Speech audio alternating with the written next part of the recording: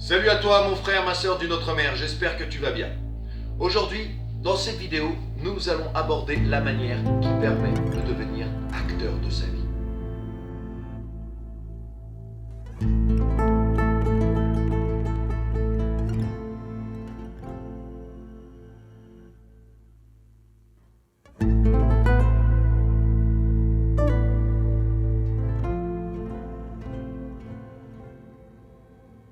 Depuis ton plus jeune âge, on te dicte ce que tu dois faire. Gamin, tes parents t'ont dit quelles études tu devais suivre, quel sport tu devais pratiquer, quels amis tu pouvais fréquenter. Plus tard, la société t'a expliqué quel costard il fallait porter, quelle voiture il fallait conduire pour être vu comme quelqu'un d'important. Mais aujourd'hui, tout ça va changer. Parce que tu as décidé de ne plus vivre en fonction des autres, de ne plus vivre pour les autres. Tu as décidé d'être acteur de ta vie. Alors sois le bienvenu sur cette vidéo. Je suis Fouad Reeves et je suis ton coach en développement personnel. Mais si tu le permets, avant d'aller plus loin, je vais te demander un petit service. Clique sur le bouton abonnement, histoire d'être régulier sur ma chaîne, et puis également sur la petite cloche bleue, comme ça tu seras notifié des nouvelles vidéos que je vais balancer régulièrement. Et également, mets-moi un petit pouce bleu pour me dire que tu as liké cette vidéo et qu'elle t'a appris quelque chose. Et dans les commentaires, tu peux préciser justement si effectivement cette vidéo t'a apporté quelque chose, t'a appris quelque chose. Et tu peux également dans les commentaires, si tu le souhaites, mettre les thèmes que tu souhaites me voir aborder dans les prochaines vidéos. Donc comme tu l'as compris, je suis ton coach en développement personnel.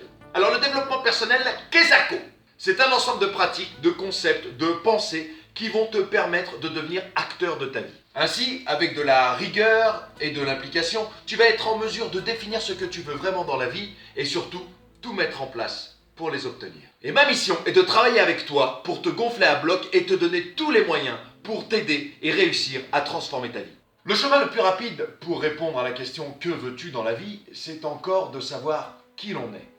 Et qui l'on est n'est pas une question d'état civil, d'âge ou de profession. Il s'agit de déterminer tes valeurs, tes failles, tes qualités, tes défauts, enfin tout ce qui permet de définir ta maison psychologique. Avoir un objectif, un point d'arrivée, c'est bien et c'est important. Mais c'est bien moins important que le point de départ. Définir qui tu es, tel que je viens de le décrire à l'instant, va te permettre de déterminer ce que tu veux dans la vie. Si tu en es là aujourd'hui avec ce besoin de changement, c'est qu'a priori pour l'instant, tu ne l'as pas entrepris. Soit parce que tu ne t'es pas entendu, soit parce que tu as manqué de courage, soit pire, parce que tu as triché avec toi-même. Mais ce n'est pas grave, l'essentiel c'est que tu sois là aujourd'hui. Alors sois indulgent avec toi-même, d'autant plus que tu es là, aujourd'hui, prêt à effectuer ce changement. Et pour ça, je tiens à te féliciter. Mais par manque de connaissances, ou tout simplement par manque d'habitude, sans doute tes aptitudes en la matière sont-elles limitées. Alors commence petit. Ne va pas brusquer cet être en toi qui ne demande qu'une seule chose. Rester bien confortablement installé dans sa zone de confort. Non! Celui-ci, celui qui veut rester le cul bien planté sur son canapé, on va le prendre par surprise. Et comment on va faire? Eh bien, on va apporter des changements petit à petit. Crescendo, qui va piano va sano. Il est inutile de trop en faire d'un coup. Vise des objectifs qui te permettent chaque jour d'améliorer, même un petit peu, ta situation. Chaque soir avant de te coucher, tu vas visualiser ta journée du lendemain.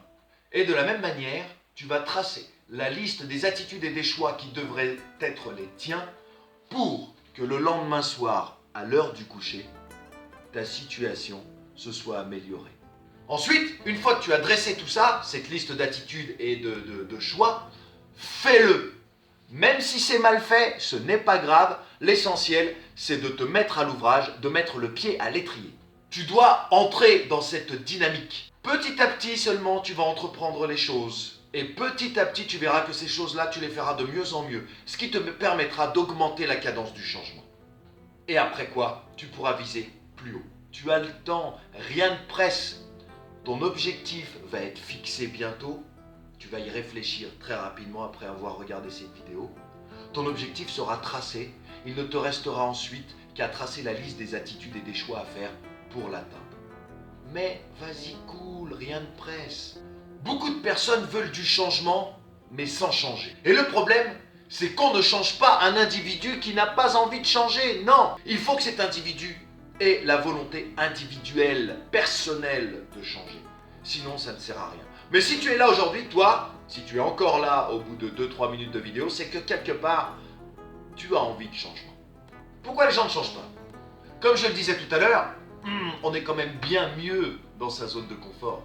Au moins, tout est cadré, on a tous nos repères, tout est impeccable. Même dans une vie un peu misérable, cette misère est cadrée, on la connaît par cœur. Et qu'est-ce qui empêche les gens de changer? C'est la peur du changement. Tout changement, même un tout petit, comporte un risque. Après tout, même si j'ai une vie misérable aujourd'hui, je ne suis pas sûr qu'en changeant les choses, ma vie sera pas plus misérable demain.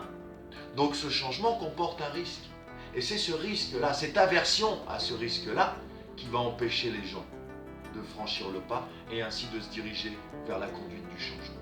Et bien entendu, l'aversion au risque n'est pas la même chez tout le monde. Oser le changement va dépendre de notre seuil de tolérance de la situation. Tant que prendre le risque de changer sera dans ma tête un risque plus grand que de vivre ma vie actuellement, je vais dire misérable, ce n'est peut-être pas le cas, mais en tout cas cette vie qui ne me convient pas complètement, tant que le risque sera plus grand que ma tolérance à cette vie qui ne me convient pas, mais il y a peu de chances que j'entreprenne ce risque-là et ce changement par la même occasion.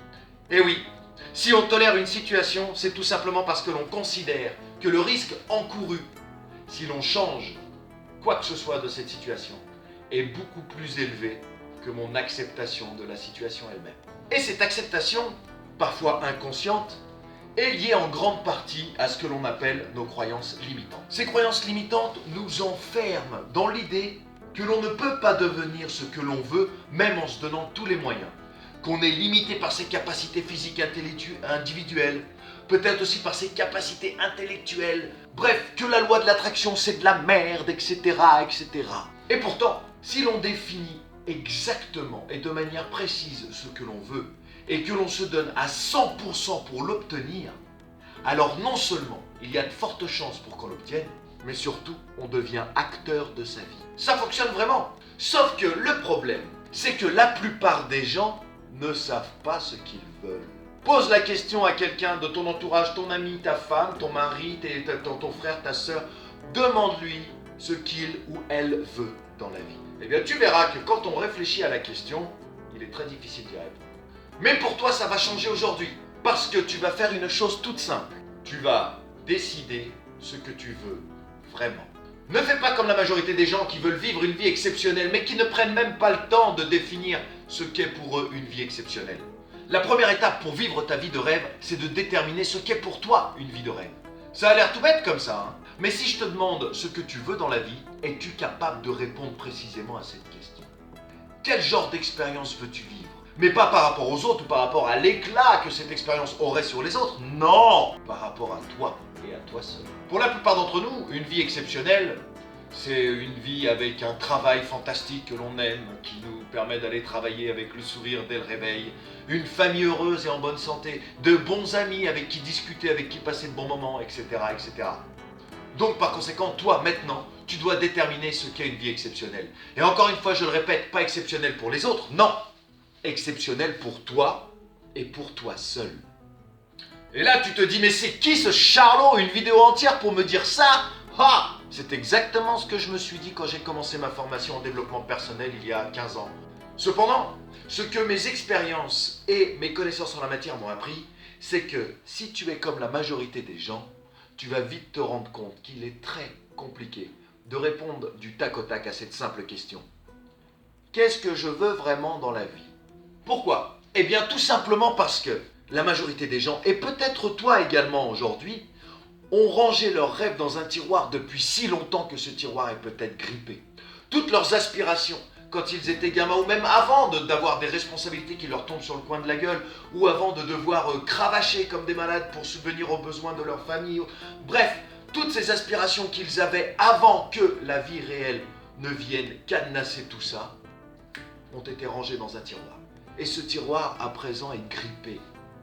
Impossible de l'ouvrir à nouveau. Tant et si bien que quand aujourd'hui, 15, 20, 30 ans après avoir enterré ou enfermé tes rêves, je te pose la question, que veux-tu vraiment? Tu vas voir que tu n'es pas capable de répondre à cette question en moins de 2 minutes. Si tu y arrives, tant mieux pour toi. Mais dans ce cas, j'ai envie de dire, que fais-tu sur cette vidéo? Tu n'as pas de temps à perdre, dépêche-toi d'aller mettre tout en œuvre pour atteindre tes objectifs. Mais dans le cas contraire, si tu te rends compte là, pendant que je suis en train de te parler, qu'il est effectivement très difficile de répondre à cette question, je t'invite à rester avec moi pour que l'on voit ensemble comment réussir à répondre à cette question. Bien entendu, ce n'est pas de ta faute. Encore une fois, je le répète, si tes rêves ont été rangés dans un tiroir, sois indulgent avec toi. Si tu as rangé tout ça, si tu as mis tout ça de côté, c'est sans doute parce que voilà, la pression sociale, familiale ou autre, toutes tes responsabilités ont fait que tu n'as pas eu le choix que de mettre tout ça dans le tiroir.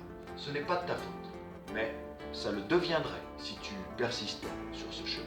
Si tu as décidé de prendre ta vie en main, voilà ce que je te propose. Une fois la vidéo terminée, tu vas prendre une feuille et un stylo, et sur cette feuille, tu vas dresser la liste des 10 à 15 choses que tu souhaiterais voir arriver dans ta vie. Le métier de rêve que tu souhaiterais occuper, la maison dans laquelle tu souhaiterais habiter, la femme à côté de laquelle tu souhaiterais te réveiller chaque matin, etc., etc. 10 à 15 choses que tu vas lister, que tu veux voir arriver dans ta vie. Si pour l'instant tu ne peux pas dresser la liste des choses que tu veux voir arriver dans ta vie, tu vas dresser la liste contraire. Tu vas dresser la liste des 10 à 15 choses que tu veux voir disparaître de ta vie. Ce métier qui t'ennuie, qui te rend misérable, cette femme ou ce mari que tu ne peux plus supporter, cette maison qui est pour toi une bicoque, une prison dans laquelle tu ne veux plus vivre. Bref, toutes ces choses qui cadrent ta vie de manière négative et qui t'empressent et qui font que tu as l'impression d'être malheureux et de vivre une vie en dépoint misérable. Une fois que tu auras dressé la liste des 10 à 15 choses que tu veux voir arriver dans ta vie, alors par conséquent, tu auras enfin déterminé ce qui te tient le plus à cœur dans la vie. Et il ne te restera plus qu'à les réaliser. Et pour ça, je t'aiderai dans les prochaines vidéos. Mon frère, ma soeur d'une autre mère, c'est tout pour aujourd'hui. Merci beaucoup d'avoir suivi ma vidéo. Encore une fois, s'il te plaît, rends-moi service, clique sur le bouton abonnement, également sur la cloche bleue pour être notifié des prochaines vidéos, notamment celles dans lesquelles je vais t'expliquer les stratégies à mettre en œuvre pour réaliser toutes les choses que tu auras définies comme importantes et primordiales dans ta vie, bref, les choses que tu veux voir arriver dans ta vie. N'hésite pas également à mettre un like, un petit pouce bleu si tu as aimé cette vidéo. Commente aussi, c'est toujours sympa, ça me fait plaisir. Ça me permet de savoir si effectivement cette vidéo t'a apporté quelque chose. Et puis n'oublie pas aussi de partager cette vidéo. En tout cas, mon frère, ma soeur d'une autre mère, d'ici là, peace!